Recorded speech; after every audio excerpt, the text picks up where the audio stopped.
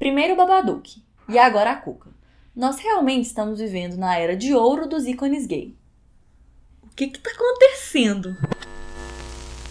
Olá, é bom te ver por aqui. Meu nome é Clara e no Mimimídias dessa semana nós vamos falar sobre a Cuca, sobre o Babadook, sobre o orgulho LGBT, sobre como as nossas vivências afetam a forma como a gente entende um filme ou um livro, e sobre como a interpretação de outras pessoas pode afetar a nossa relação com o personagem que a gente já conhece. Durante todo o mês de junho, comemora-se o orgulho LGBT. A expressão orgulho, quando a gente fala de orgulho LGBT, não quer dizer soberba nem arrogância. Aqui, a expressão orgulho quer dizer amor próprio, dignidade. A palavra orgulho foi escolhida para fazer uma oposição, para ser um antônimo de vergonha. Então, já que a ideia é não se envergonhar de ser quem se é, a gente já espera que em todo mês de junho, além das bandeirinhas de arco-íris, ver nas redes sociais muitos temas LGBT serem discutidos. Mas nesse mês de junho em específico, aconteceu uma coisa muito divertida. A nossa Cuca, personagem do Sítio do Pica-Pau Amarelo, e o Babadook, monstro de um filme de terror psicológico australiano, se tornaram ícones LGBT. Os dois personagens começaram a se associar a essa causa no reino da internet. Só que isso já extrapolou as redes sociais. Aquele blogueiro de fofoca, Paris Hilton, está vendendo capinhas e camisetas com a cara da Cuca, e o Babadook foi lembrado em paradas LGBT ao redor do mundo. Mas como foi que isso aconteceu? Existe alguma coisa realmente LGBT nesses personagens? A gente vai chegar lá, mas vamos por partes. Primeiro, então, vamos falar da Cuca, que mal precisa de introdução, né? A Cuca é uma personagem do folclore brasileiro que muito provavelmente foi inspirada de lendas portuguesas. Mas pra gente, que cresceu assistindo ao Sítio do Pica-Pau Amarelo na TV, a Cuca é uma bruxa jacaré que anda sobre duas patas e usa uma peruca loira e lisa. Uma bruxa jacaré é uma muito engraçada.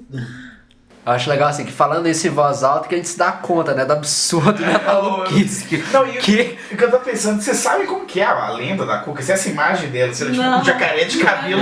Eu acho que é, acho que é. A imagem folclórica dela. Não, é a TV que fez. Ela é uma bruxa que usa roupa velha, rasgada. Assim. Mas ela não é um jacaré. Não! Nem no Monteiro Lobato. Não, no Monteiro Lobato pode ser que sim, assim. Ele não dá a entender se é um jacaré mesmo, se é uma mulher com cara de jacaré, mas assim, a questão do jacaré começa com o Monteiro Lobato. A peruca loira e os trejeitos vêm da TV. Eu fico imaginando, tipo assim, na sessão de brainstorm, que a galera teve delas. Nossa! Velho. É 77 a primeira coisa. Pode ver. Quando a gente fala do caso da Cuca, é muito interessante perceber o tanto que as histórias do Monteiro Lobato foram completamente esquecidas nessa associação. Se a Cuca virou um símbolo LGBT nesse mês de junho, foi muito mais por causa da sua aparência do que por qualquer outra coisa. Inclusive, vários tweets gringos sobre a Cuca que tiveram muito alcance são exatamente pessoas perguntando de onde veio essa personagem, de onde é que ela surgiu. Mesmo pra gente, que cresceu vendo a Cuca na TV e nunca enxergou nada de LGBT nela, agora que os gringos apontaram, tá difícil olhar pra ela e não ver uma drag queen, né? Aparentemente, as conexões entre a Cuca e o movimento LGBT param por aí. Mas com Babadook, a história vai bem mais longe. No filme de Jennifer Kent, o Babadook é um monstro que assombra uma viúva e seu filho. No caso do Babadook, a aparência do personagem também é bastante relevante. Olha esse gringo, por exemplo, falando aqui. Como pessoa abertamente gay e com afinidade por chapéus e drama, o Babadook é a primeira vez que me senti representado em um filme. Mas no caso do Babadook, me parece que a conexão com o universo LGBT também se dá no nível do enredo do filme. Embora, sem dúvida, a popularidade do Babadook enquanto ícone LGBT tenha aumentado muito esse ano, não é de agora que as pessoas têm associado esse personagem com a causa LGBT. Muita gente tem associado o início dessa febre recente com o Babadook a esse post aqui no Tumblr. Sempre alguém diz que o Babadook não é abertamente gay, eu fico... Você sequer assistiu o filme que foi curtido e reblogado mais de 100 mil vezes? Isso é muito.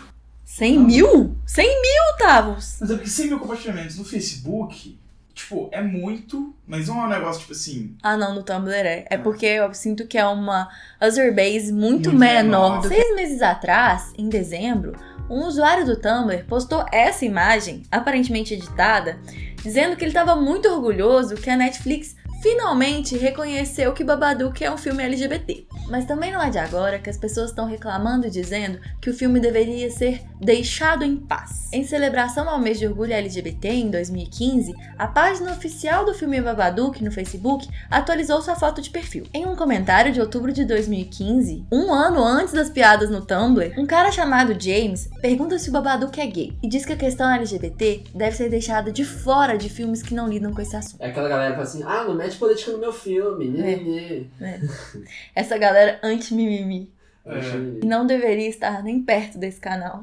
A pessoa que administra a página do filme no Facebook respondeu: o Babadook é gay quando quer. E ele mandou um chupa pra você. Até aí eu tava achando tudo bastante divertido. Mas esse tweet do Carlos Maza me fez pensar que talvez o Babadook tivesse mais a ver com a condição LGBT do que ser só uma piadinha do Tumblr. Mas então, nesse tweet, eles simulam um diálogo entre o Babadook e a comunidade gay. Babadook diz que é um monstro assustador que destrói as famílias que tentam reprimir ele. E a comunidade gay responde: oh meu Deus, nós também. Vamos tomar uns drinks mais tarde? Foi aí que eu fiquei um pouco desconfiada. Eu assisti o filme uns anos atrás, logo que foi lançado. Quando eu vi que o Babadook tinha sido transformado em símbolo LGBT, eu achei divertido, mas eu realmente não entendi nada. E aí eu resolvi voltar ao filme pra ver o que eu tinha perdido. E inclusive eu chamei minha mãe e disse que o filme era bem levinho, que não era assustador. E coitada, desculpa mãe, é muito mais assustador do que eu lembrava. Eu expliquei pra ela que eu tava revendo esse filme pra ver se eu encontrava algum subtexto LGBT ou alguma coisa do tipo. Então, nós duas assistimos o filme procurando por isso. Sinceramente, a nossa procura foi meio que um fracasso. Num primeiro momento, a gente não encontrou nada que a gente pudesse associar ao universo LGBT. Mas aí é que tá. O que a gente vê num filme não é só o que está no filme. Normalmente a gente vê num filme um pouco do que tá na gente. Em Escrever a Leitura, Roland Barthes pergunta o seguinte: nunca lhe aconteceu, ao ler um livro, interromper com frequência a leitura? Não por desinteresse, mas ao contrário, por afluxo de ideias, excitações, associações? Numa palavra, nunca lhe aconteceu de ler levantando a cabeça? Eu acho essa imagem que o Barthes cria muito legal. Porque é muito isso mesmo. Muitas vezes a gente levanta a cabeça e a gente nem tá lendo mais aquilo que tá na página, a gente nem tá olhando mais pro livro. A gente muda o nosso foco de atenção para as nossas próprias ideias e não mais pro que tá na página. Acho brilhante. E talvez então, porque o filme Babadook dialoga diretamente com experiências que a gente teve, nós não precisamos ir além das coisas que o filme propõe para nos sentirmos conectadas, para que aquele filme fizesse sentido pra gente. Então, a nossa interpretação do filme não varia muito da convencional. Se você nunca viu o filme e não quer spoiler, vai até esse minuto aqui, ou você avança o vídeo até essa bordinha de spoiler desaparecer. A gente assistiu Babadook e viu ali um filme sobre luto, depressão, sobre perder alguém querido. Uma interpretação bastante convencional do filme aponta o Babadook como uma representação do luto que a protagonista se negou a viver. A perda do marido é uma dor que ela reprimiu e que ela evita falar. Mas fingir que a perda não aconteceu não vai fazer com que o luto desapareça. E é exatamente isso que o Babadook representa ali naquele filme.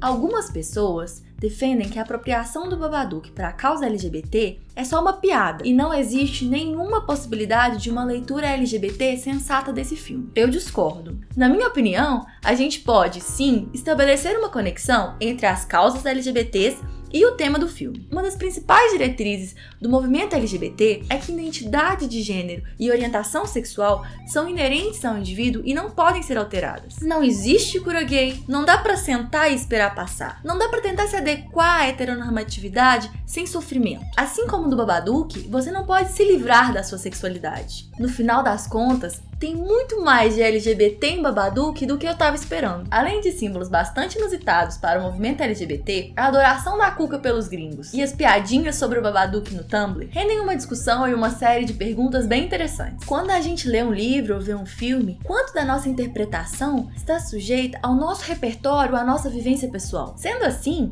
dá pra descartar a interpretação de alguém com facilidade? Agora, isso é um negócio complicado também, né? Porque também não é como se qualquer interpretação de qualquer coisa fosse razoável. Agora, se tem uma pessoa perdida que acha Charmander é um grande ícone LGBT... Mas é tipo assim, beleza, numa prova de literatura, não. Mas se pra vida dela o Charmander é um grande símbolo LGBT, a interpretação dela, pra ela, o que faz disso, diz respeito a ela. E tá ótimo, se sabe? Ela sente isso mesmo. Então, se a pessoa, pra vida dela, pro dia a dia dela, qualquer coisa, assim, de qualquer coisa, assim, isso é do fórum íntimo dela e tal. Mas acho que a partir do momento que entra na dimensão da discussão coletiva, eu acho que aí sim a gente pode começar a falar em leituras razoáveis ou não, que é legitimado por uma comunidade leitora. Eu boto fé. De qualquer forma, eu acho que pra refutar a interpretação que alguém faz de uma coisa, não dá pra fazer isso de forma fácil. Não tipo dá, assim, é uma coisa delicada e é uma coisa que você precisa antes se colocar no sapato daquela pessoa e tentar olhar por outra ótica. Sim, claro. Né? Claro. E antes de descartar, você não pode continuar na sua posição de conforto e só falar, mas eu não vi nada disso, não existe nada disso no filme. Com certeza. Tem que